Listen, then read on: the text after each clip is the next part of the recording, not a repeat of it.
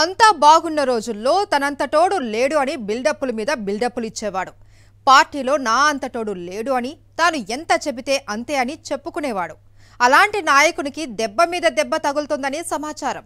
Party అధికారంలో ఉన్నా సరే సరైన గుర్తింపు లభించడం లేదు అని ఆయన వాపోతున్నారట.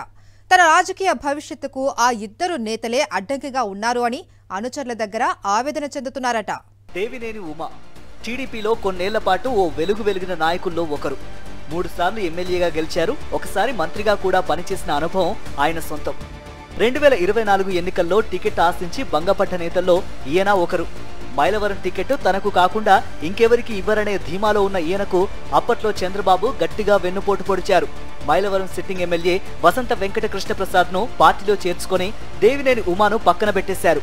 ఎమ్మెల్సీ టికెట్ ఇస్తాను, ఎన్నికల్లో సహకరించు అని హామీ ఇచ్చి బుజ్జగించి ఇంటికి పంపించేశారు.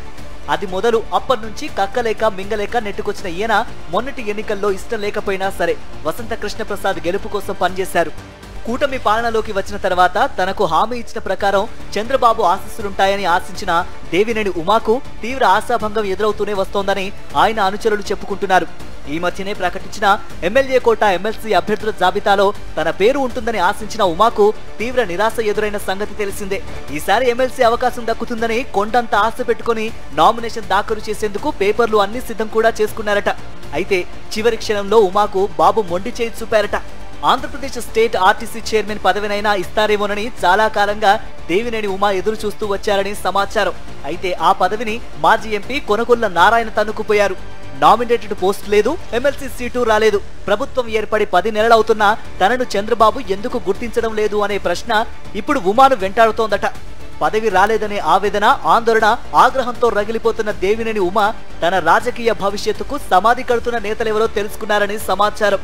ఉమాకు పదవులు రాకుండా అడ్డుపడుతున్న వారిలో మొదటి వ్యక్తి మైలవరం ఎమ్మెల్యే వసంత కృష్ణప్రసాద్ అయితే రెండో వ్యక్తి విజయవాడ ఎంపీ కేశినేని శివనాథ్ అని ఉమా అనుచరులు మాట్లాడుకుంటున్నారు.